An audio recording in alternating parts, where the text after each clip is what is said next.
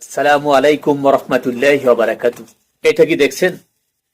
ভোটের সময় আমি ছোটবেলায় দেখেছি বালিশের তলায় 500 টাকার নোট, 1000 টাকার নোট মেম্বার, চেয়ারম্যান, এমপি প্রার্থীরা এরকম গুজে দেয়।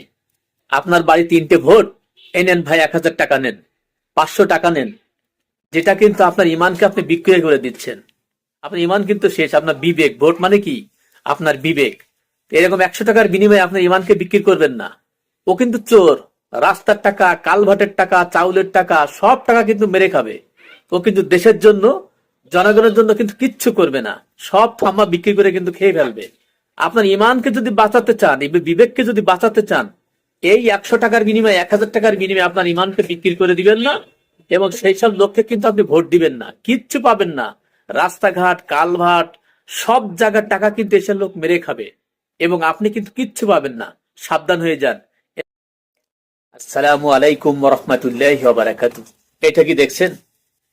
ভোটের সময় আমি ছোটবেলায় দেখেছি বালিশের তলায় 500 টাকার নোট, 1000 টাকার নোট মেম্বার, চেয়ারম্যান, এমপি প্রার্থীরা এরকম গুজে দেয়।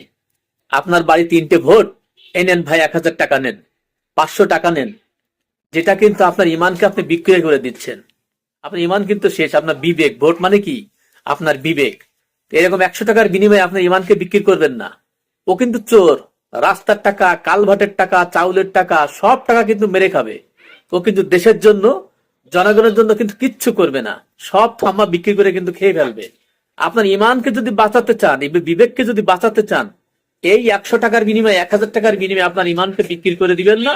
এবং সেই সব লোককে কিন্তু আপনি ভোট দিবেন না, কিচ্ছু পাবেন না। রাস্তাঘাট, কালভার্ট, সব জায়গার টাকা কিন্তু এসব লোক মেরে খাবে এবং আপনি কিন্তু কিচ্ছু পাবেন না।